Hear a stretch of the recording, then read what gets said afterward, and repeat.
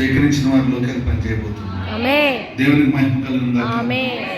ఈరోజు ప్రభువు రాజమ్మ ద్వారా ఇక్కడ కూడి ఉన్న వారితో దేవుడు మాట్లాడుతున్నాడు. రాజమ్మను నేను ఏ విధంగా అయితే కాపాడాను, రాజమ్మను నేను ఏ విధంగా అయితే స్వస్థపరిచాను, రాజమ్మను ఇజిగా లేపినట్టుగా ఎలాగైతే నేను పైకి లేపాను, నేను ఎలాగైతే ఆమెని లేపి నడిపించానో మీ జీవితంలో కూడా అలా చేయడానికి నేను ఇష్టపడుతున్నానని ఇక్కడ మిమ్మల్ని ఆహ్వానించాడు. అందులో దేవుడు చెప్పడం దేవునికి మహిమ కలుగుతుందా. ఇది కొంచెం హమ్మింగ్ అవుతుంది, కొంచెం హమ్మింగ్ రాకుండా కొంచెం తగ్గించి దేవుని మహిమ కలుగుతుందా. Praise Lord. చాలు.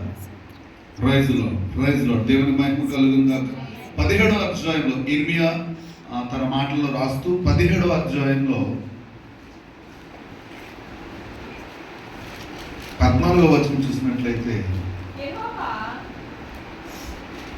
యెహోవా నీవు నన్ను స్వస్థపరచుము, నేను స్వస్థత నందును, నన్ను రక్షింపుము, నేను రక్షింపబడుదును, నేను నిన్ను స్తోత్రించుటకు నీవే కారణభూతుడు. ఈ మాటలు ఇప్పుడు పెట్టుకున్న ఈ మీటింగ్ ద్వారా దేవునితో మాట్లాడుతున్న మాటలు. నీవు నన్ను స్వస్థపరచుము.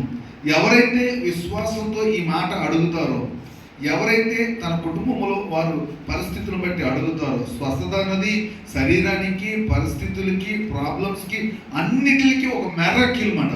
నీవు నాకు చెయ్యము, నాకు సహాయం చేయమని అడిగితే ఆయన అంటాడు, నేను నీ సహాయం పొందుతాను చెప్పు. నేను అంటాడు, యెహోవా నీవు నన్ను స్వస్థపరచుము, నేను స్వస్థత నందును, నన్ను రక్షించుము, నేను రక్షింపబడుదును, నేను నిన్ను స్తుతించుటకు నీవే కారణం. ఈరోజు మనం స్తుతిస్తున్నాము అంటే కారణం ఆయన కారణభూతుడని. హల్లెలూయా.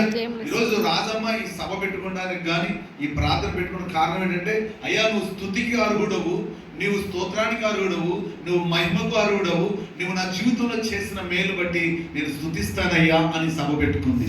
ఈ సభకి తనతో పాటు మనం స్తుతిస్తానికి వచ్చాం కాబట్టి మనం కూడా దేవుడు రెండింటితో దీవెన దయచేద్దాం. ఇంకా గట్టి దేవుడికి మహిమ కలుగును గాక. స్వస్థపరచడానికి, మెరకలు చేయడానికి, అద్భుతాలు చేయడానికి ఆయన ఎప్పుడు రెడీగా ఉంటాడు. నువ్వు స్తుతిస్తుండగా ఆయన కార్యాలు చేసేస్తాడు, నువ్వు స్తుతిస్తుండగా గొప్ప కార్యాలు చేస్తాడు.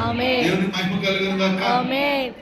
మరి ఈ మాటలు బట్టి మరి అందులోనే కొంచెం ఎదరికి వెళ్తే ఆయన అంటాడు, భక్తుడు మాట్లాడుతున్నాడు అన్నమాట.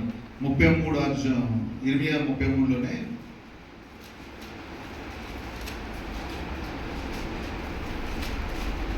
33:6 అంటాడు, నేను ఏంటంటే నేను దానికి ఆరోగ్యమును స్వస్థతను ఏంటంటే మరలా అంటే నీ గత జీవితంలో నువ్వు ఎంతైతే ఆరోగ్యంగా ఉన్నావో, నువ్వు ఎంతైతే నువ్వు బహు గనుడురాలుగా ఉన్నావో, నువ్వు ఎలాగైతే మంచి పొజిషన్ ఉన్నావు, తిరిగి మళ్ళీ నీకు అది ఇవ్వబోతున్నాను చెప్పాడు.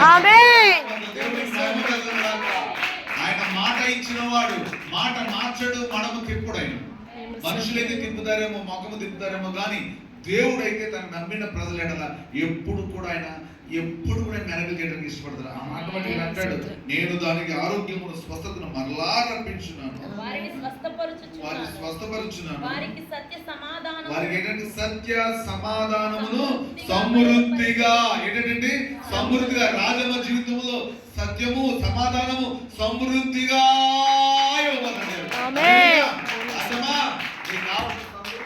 నీకు కావాల్సిన సత్యము, నీకు కావాల్సిన ఆనందము దేవుడికి ఇవ్వబోతున్నాడు.